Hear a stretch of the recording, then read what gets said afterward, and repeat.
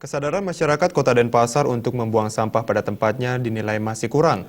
Buktinya hingga kini masih banyak tempat pembuangan sampah TPS liar bermunculan. Selain mengganggu pemandangan, TPS liar ini pun menebar bau busuk.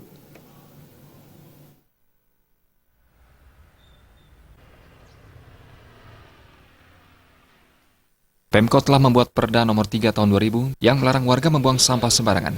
Selain itu, warga diwajibkan membuang sampah tepat waktu, yaitu antara pukul 17 hingga 19 WITA. Pelanggar juga dikenakan sanksi kurungan 3 bulan dan denda 5 juta rupiah. Namun, perda ini tampaknya tidak begitu dipedulikan karena hingga kini banyak bermunculan tempat pembuangan sampah TPS liar.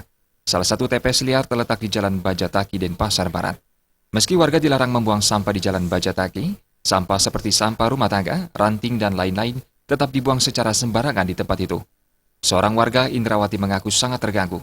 Menurutnya, sampah-sampah itu dibuang oleh orang dari luar lingkungan Jalan Bajataki dan sebagian besar dilakukan pada malam hari. Tidak jarang, sampah sampai meluber dan menebarkan bau busuk. Indrawati mengaku tidak bisa berbuat apapun karena TPS liar itu bukanlah tanah miliknya yang bisa dipagari. Sebagai langkah mengurangi penyebaran penyakit dan bau tak sedap, Ibu Indrawati bersama warga lain secara sukarela membakar sampah-sampah itu.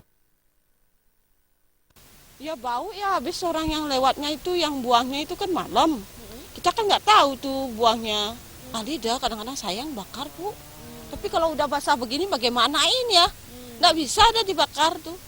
Kadang saya lihat ya agak ke dalam gitu ya. Daripada itu badan jalan. Kadang saya udah bilang jangan buang sampah Bu. Ditaruh aja sama dia. Indrawati berharap instansi terkait menindaklanjuti persoalan sampah ini sehingga warga sekitar tidak lagi direpotkan dengan masalah sampah yang dibuang oleh orang luar. Jenny dan Bayudi